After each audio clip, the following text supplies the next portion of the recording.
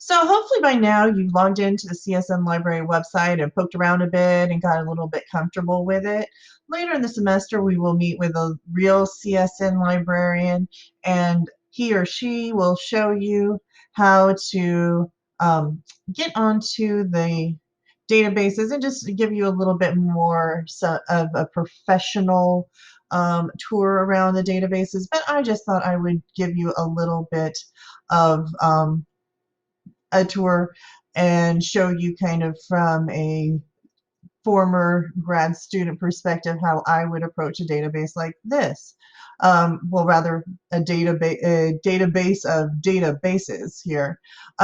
EBSCOhost is always beautiful, and here it's very similar to what you would see on the DP library website. It looks just a smidge different.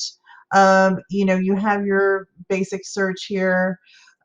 Generally, you're going to want to do an advanced search. Basic search can kind of get you started, but an advanced search is usually necessary to narrow things down a little bit. Remember, you always want to make sure that you're getting a full text. Where do we find a full text here? Because we don't want necessarily a PDF full text.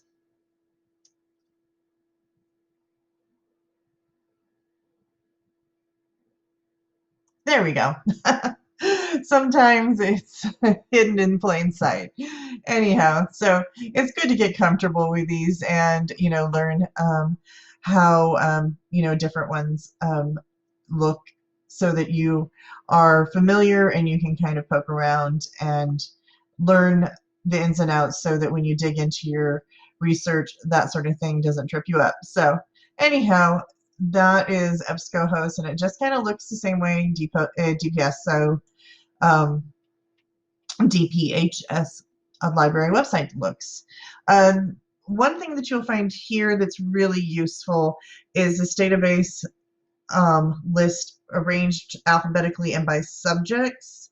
That will be really useful when you are doing your research project because you can narrow it down to what your subject is. So, for example, when I was doing my research project on education, I would go to the education databases, and that would be really helpful.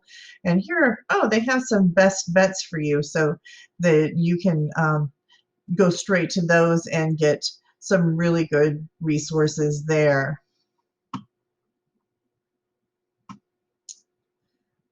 And then you also have, a large variety of different,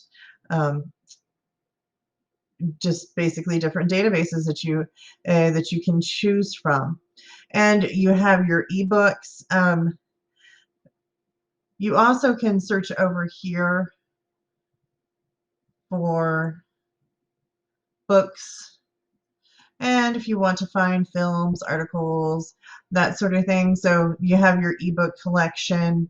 And basically, honestly, the most useful thing to do, in my humble opinion, is just kind of get comfortable with the library. Every institution's library website is going to look a little bit different.